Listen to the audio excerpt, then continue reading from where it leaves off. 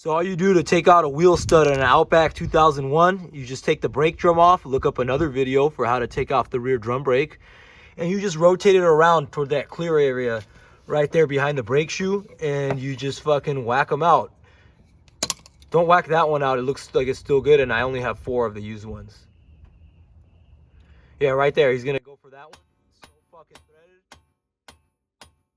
Batter that bitch out.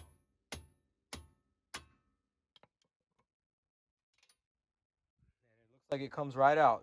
Not a fucking issue at all.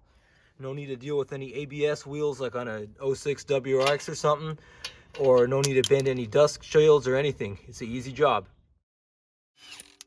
To tie them in, we just got a big nut and a washer that we found lying around the garage. So we just kind of slip them in behind the brake shoe on the right hand side, and we just put that big nut on there, twist on, put a washer after the nut to get a good flat surface with the washer, and then we just blast it on with the impact gun.